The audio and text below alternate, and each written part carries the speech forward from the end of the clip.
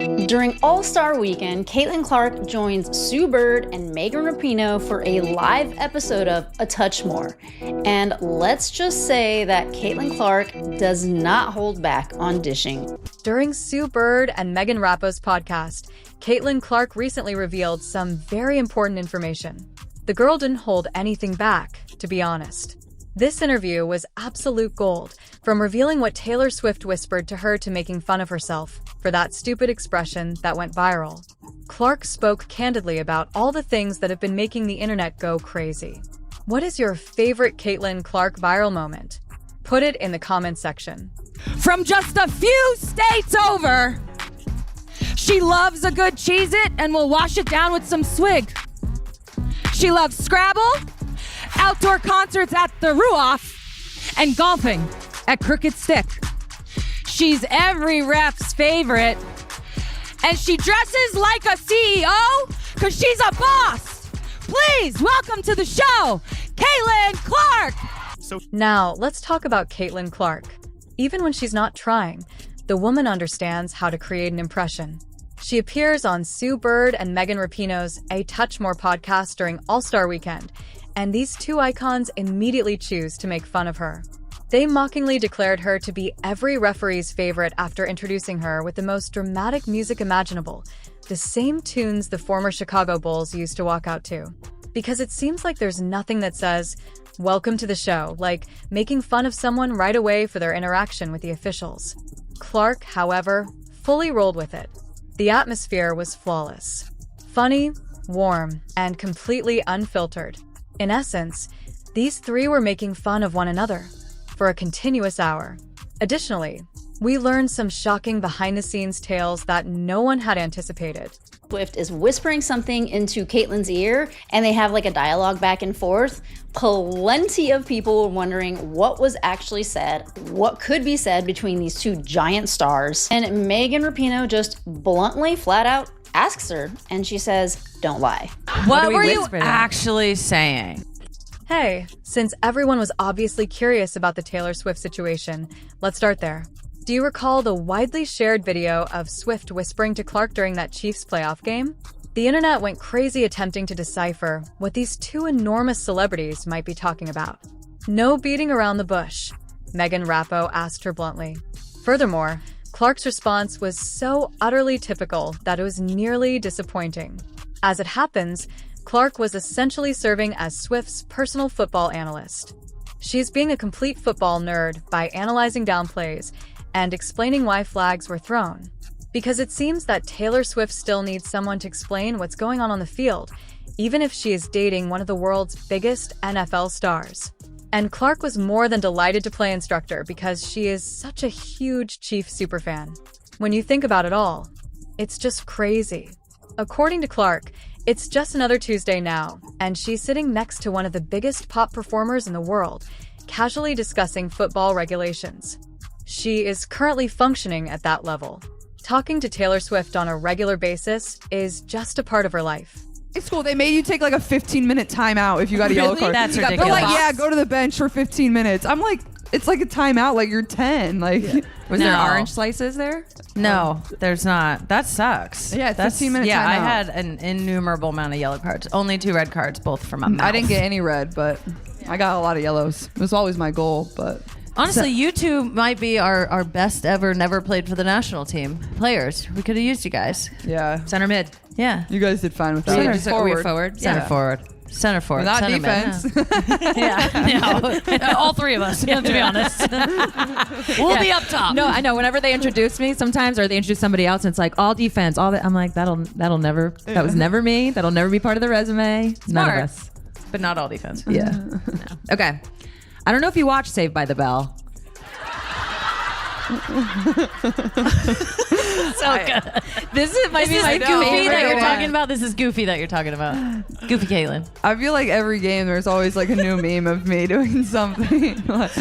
This one is top notch. I don't even know what happened. I mean, I do. What game is this? I have no idea. Atlanta. Ryan Howard was trying to rough you up. Oh, I was like, I don't care. I don't care. You're like, I'm not scared of you. Oh yeah, that's what I said. I'm not scared of you. Who are you? Yeah, I did exactly. say that. Oh, it was so good. I remember I was watching this game live. I thought I was tough, and then this is what I look like. However, that wasn't even the highlight of the conversation. They displayed that incredibly iconic screenshot of Clark following her brief altercation with Atlanta Dream player Ryan Howard. You know the one when Clark's hair is all over the place and she appears utterly insane, creating a silly face that quickly became a meme. She appeared to be having a breakdown because of the flawless freeze frame timing. It was lovely to witness Clark completely lose herself over this moment. As she looks at this photo, she says, "This is how I appeared. I believed I was being tough." She acknowledged that she was thinking, "I'm not scared of you," throughout the entire incident, but the screenshot gave the impression that she was experiencing an existential crisis. Her entire face was just sitting there looking ridiculous, and she kept laughing about how her hair was all messed up. Honestly, the freeze frame doesn't do you justice. Like, that's not fair. Yeah. I didn't actually look like that, right? No, you were not that goofy in real time. This is so good. In real time, you were like, let's fucking go. Like, I'm right here. My whole face is right here. Freeze frame, you're like, my whole face is right here. Tough. My hair's all messed up. I just got hit. Yeah, you hadn't fixed the pony No, yet. I hadn't. The finest part was when Sue and Megan reassured her that she did, in fact, appear menacing and prepared for combat in real time. However, she was thoroughly harmed by that freeze frame. Every game seems to create a new meme of her doing something strange, and Clark was laughing about it. At least she recognizes that she is turning into a walking meme factory. Looks big. But yeah, I like that moment I had with Stewie when I made that one over her. Like, I don't know how I made that shot. Like, I barely got it over her fingertips. Like, Stewie's one of the longest players in the league. Like 8 feet with her arms. Yeah. And I just started laughing, and then Stewie was laughing because we were both like, "Wait, what? How'd that go in?" And then she's Sandy's like, "What the laughing. fuck?" You're like, "What Sandy's the fuck?" laughing behind me. It was It seems simply froze. They then discussed her amazing shot over Brianna Stewart, which was, to be honest, one of the season's most ridiculous basketball moments. With her arms extended, Clark, who was playing at an incredible level that game, pulled up for this hotly contested three-pointer over Stewart, who is about 8 feet tall. By the thinnest possible margin, Clark was able to get it over her fingertips. Both of their subsequent reactions enhanced the moment much more. Stewart and Clark were both laughing because they were wondering, wait, how did that happen? And Clark was laughing because she couldn't believe the shot had actually gone in. It was one of those flawless basketball games in which the athletes are in awe of what has just transpired. During that time, Clark made 4 three-pointers in 45 seconds. Additionally, that shot over Stewart was quite likely the most absurd. Sandy Brondello, who was behind Stewart, was also laughing since everyone in the building realized they had just seen something extraordinary. That level of respect for one another and gratitude for a well-executed play, even by the other team, is uncommon. However, the anecdote about Clark ending up sprawled on the floor directly in front of Sue Bird during her first year was arguably the funniest. When Clark was fouled on a shot while Bird was seated courtside, the referees failed to signal a landing. Breach of space. Startling. It's stunning that the referees failed to call a call involving Clark. She collapsed on the floor right in front of Bird. Bird. I was like, what do I do? so. I didn't know what to do. I was like, should I help her? me People up. are gonna, if I help her, people are going to be like, why didn't you help her? If I don't help her, they'll be like, how come you didn't help her? I was like, And I'm frozen in time. I remember what happened. This was my rookie year. Jordan Horston fouled me, fouled you. and they didn't call a landing space foul per usual. They never do. They just called a normal common foul. Burn. But yeah, I was like, I thought one of the Seattle fans would help me, maybe even you. But I know, I'm not. I vividly remember I froze. I even have green shoes on, and no one still helped me. I was like, oh my God. I was like, I don't even see you down there. Tommy, though, again, with is very another Letterman. Yeah, is very concerned. Bird acknowledged that she was unsure of what to do at the time. Should I assist her in getting up? She asks herself. People will think that I'm being favoritistic if I assist her. They will accuse me of being cold if I don't assist her. She simply sat there, utterly stunned by the circumstances, while Clark lay on the ground, wondering if anyone would come to her aid. Clark joked that she believed one of the Seattle supporters, possibly even Burr herself, would assist her. However, no. Even Tommy, who was wearing his trademark Letterman jacket because the man reportedly resides there, expressed concern but did nothing to assist. After a while, Clark stood up by herself, making care to explain this to everyone who was listening. The entire exchange effectively conveys how strange it must be for seasoned athletes to deal with someone who has so rapidly rose to prominence in the sport. Even Bird, who has been around for ages, was unaware of the correct way to react when a celebrity collapses in front of you. Clark came across as utterly sincere and grounded during the entire interview. She's under a great deal of pressure and scrutiny in her career, but despite everything, she manages to laugh at herself and interact with these types of tales in such an organic manner. Speaking of attention and pressure, there has been some alarming information regarding Clark's ongoing injury condition. According to Stephanie White, coach of the Indiana Fever, her plantar fasciitis appears to be more severe than first believed based on her recent media appearances. This isn't a small problem that will be fixed right away. Clark might be out for a long time as a result of this. There's no better time, especially given all the rumors regarding foreign signings and roster changes taking place throughout the league. The Belgian starlet Emma Mizamon recently declared her intention to join the New York Liberty, and, to be honest, this may have given them the title. Mizamon had certain requirements for the venue where she would perform. New York made perfect sense for someone from Europe, and she wanted a city that felt like home. With its public transit, walkability, and overall atmosphere, it's the most European-feeling city in America. When those conditions were revealed, it was rather clear that she was going to New York. When Steph Talbot, who had just been cut by the Golden State Valkyries, was signed by the Liberty, there was some uncertainty. Many people believed. That implied that Mizamon wasn't actually going to New York, and that the Indiana Fever might perform a miracle or she might wind up with the Lynx. However, the Fever signing Mizamon never made sense because Clark might be out for a long time. In any case, joining a squad that was vying for a championship was one of Miss Man's other demands. Perhaps the Fever could have made that case if Clark had been healthy. That discussion was futile since Clark was coping with these injury concerns.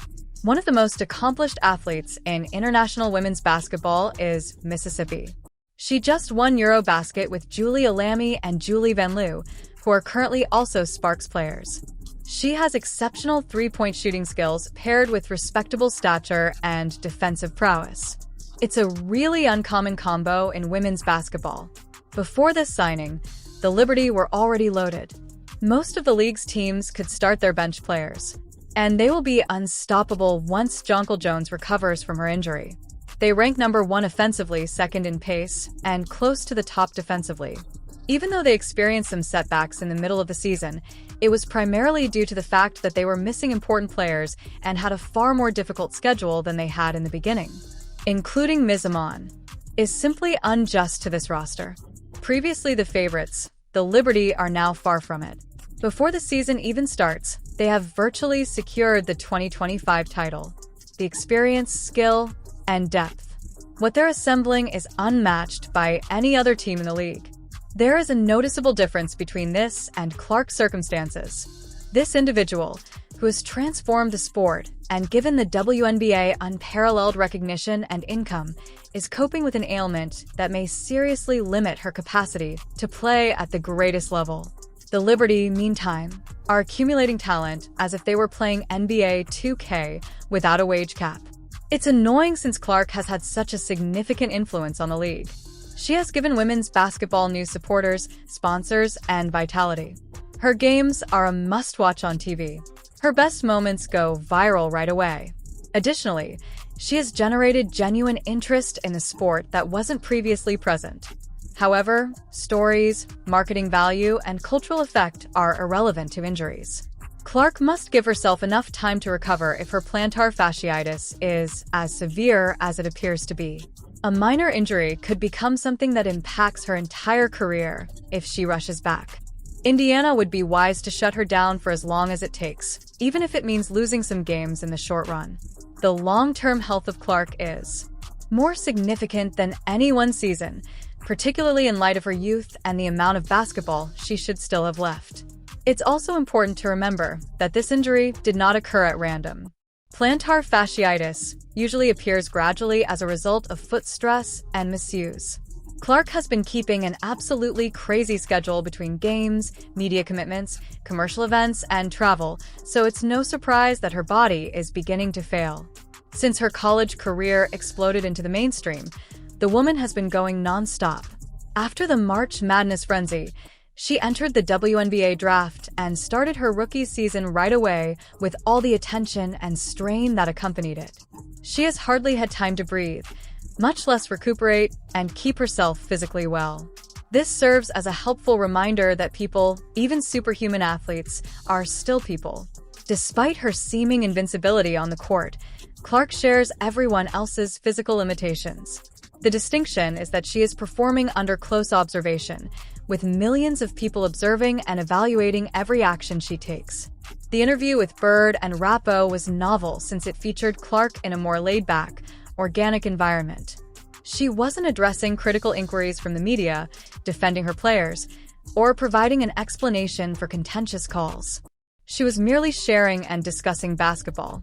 Humorous anecdotes with two legends who obviously appreciate her skill. Fans can genuinely relate to players as people instead of simply as athletes thanks to that type of information. Clark becomes more likable and approachable when she laughs at her own memes, talks about her interactions with Taylor Swift, and jokes with Bird and Rappo. It also reveals a significant aspect of Clark's character. Despite all the strain and attention, she doesn't take herself too seriously. She has the ability to find humor in circumstances that could otherwise make others anxious. Her success might likely be attributed in part to her mental toughness. Additionally, the timing of this interview was ideal. Arriving over All-Star Weekend, when instead than focusing on drama and scandals, the focus should be on enjoying the sport. It made everyone remember why Clark initially became so well known. On and off the court, she is genuinely lively and engaging. In the future, Clark's injury status will undoubtedly be the most interesting plot point to watch. What's the duration of her absence? What impact will it have on her long-term growth? Will the Fever be able to compete without their star player? The Liberty, meanwhile, keep assembling what appears to be an invincible roster.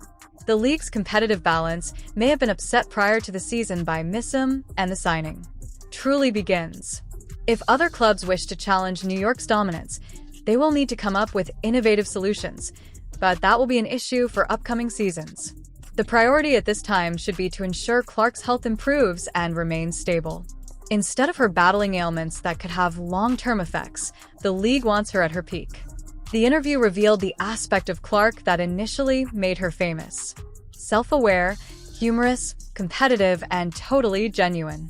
Once she's fully recovered and back on the court, hopefully, we'll see a lot more of that version. In this interview, Clark's candor was exactly what we needed to witness. From taking football lessons with Taylor Swift to roasting her own memes, she demonstrated why she is not just a fantastic player, but also a brilliant entertainer.